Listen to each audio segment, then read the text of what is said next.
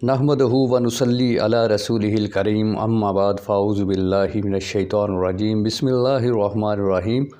तारीफ़ात के लायक अल्लाह रब्बुल इज़्ज़त की ज़ात मुक़द्दसा है। दरूद व सलाम के लायक मुहम्मद रसूलुल्लाह सल्लल्लाहु अलैहि व आलिहि वसल्लम की ज़ात अक़दस है।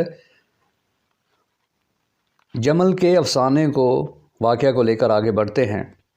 रावी लिखता है कि अम्मा आयशा सिद्दीक़ा कायनात रज़ी अल्लाह तआला अन्हा ने मक्का के अंदर तकरीर की। वहाँ पे हज़रत ज़ुबैर और तलहा रज़वान अल्लाह अलैहिम अजमईन भी आपके साथ थे और आपने वहाँ से लोगों को इकट्ठा किया इस नीयत से, इस इरादा से कि उस्मान रज़ी अल्लाह तआला अन्हु के कातिलीन से बदला लेना है। अब रावी जो है यहाँ पर अपना रंग बदलने चला है, अपना जहर, अपना दजल, अपना फ़रेब जो है वो ज़ाहिर करने चला है। तो रवायत को बयान करने से पहले इसकी सेहत का ज़रा अहाता करते हैं, जायज़ा लेते हैं कि इसके बारे में मुहद्दिसीन का क्या ख्याल है। तो तिबरी ही की रवायत है, जुज़ नंबर 3 सफ़ा 475, वो भी इसको रवायत करता है, लिखता है, नकल करता है। और उसके अंदर एक रावी है, इसका नाम इस्माइल फ़राज़ी है, जो राफ़ज़ी था और ये सलफ़ सहाबा रिज़वानुल्लाह अलैहिम अजमईन को बुरा भला कहता था। दूसरा रावी अली बिन हाबिस है, जो मुनकरात, झूठ बोला करता था। बकिया 3 रावी अबुल ख़ताब, सफ़वान और अरफ़ी, ये सारे के सारे मजहूल हैं। कुतबे इस्म रजाल में अरफ़ी का कोई अता पता ही नहीं, उसकी माँ बाप का भी कोई पता नहीं। और अब चलते हैं और किताबों की तरफ जहाँ से इस रवायत को नकल किया गया है। वो मसनद अहमद जुज़ नंबर 6 सफ़ा 52 पे भी ये रवायत लिखी है। मसनद अबी याला के अंदर भी ये रवायत है। मुसन्नफ़ अबी इब्न शैबा के अंदर भी ये रवायत है। मुस्तदरक हाकिम के अंदर भी ये रवायत मौजूद है। इसके बारे में इमाम हाकिम ने और इमाम ज़ाहबी ने ये कहा है कि ये झूठ है, झूठ का पलंदा है, ये बात सही नहीं है और उन्होंने खामोशी इख्तियार की है। इसके अंदर एक रावी है जिसका नाम कैस है, उन्होंने इस रवायत को बयान ही नहीं किया और उनको किस ज़रिया से ये रवायत पहुंची इसका भी कोई पता नहीं। और रावी जिसके ज़रिए से कैस को ये बात पहुंची उस रावी का भी कोई पता नहीं। ख़ुद इस सफ़र के अंदर कैस जो हैं अम्मा आयशा सिद्दीक़ा कायनात रज़ी अल्लाह तआला अन्हा के हम रकाब भी नहीं हैं, साथी भी नहीं हैं। और इमाम याहिया बिन सईद ने इस रवायत को कैस की जितनी भी रवायात हैं उनमें उनकी मुनकरात में से, झूठ में से, झूठ के पलंदे में से इसका शुमार किया। तो ये इसकी सेहत है। अब अकली दलाल के साथ भी वहाँ पे चलते हैं। वहाँ से क्या प्रोग्राम बना कि उस्मान गनी रज़ी अल्लाह तआला अन्हु की मुक़द्दस ज़ात के कत्ल का बदला लेना है। और अब यहाँ पर ये क्या कहता है कि सफ़र के दौरान जब अम्मा आयशा सिद्दीक़ा कायनात रज़ी अल्लाह तआला अन्हा बनु आमिर के चश्मा पर पहुँची तो कुत्ते भौंकने लगे। तो अम्मा आयशा सिद्दीक़ा कायनात रज़ी अल्लाह तआला अन्हा की मुक़द्दस ज़ात ने पूछा कि ये कौन सी जगह है। लोगों ने कहा कि इस जगह का नाम, इस चश्मा का नाम ख्वाब है।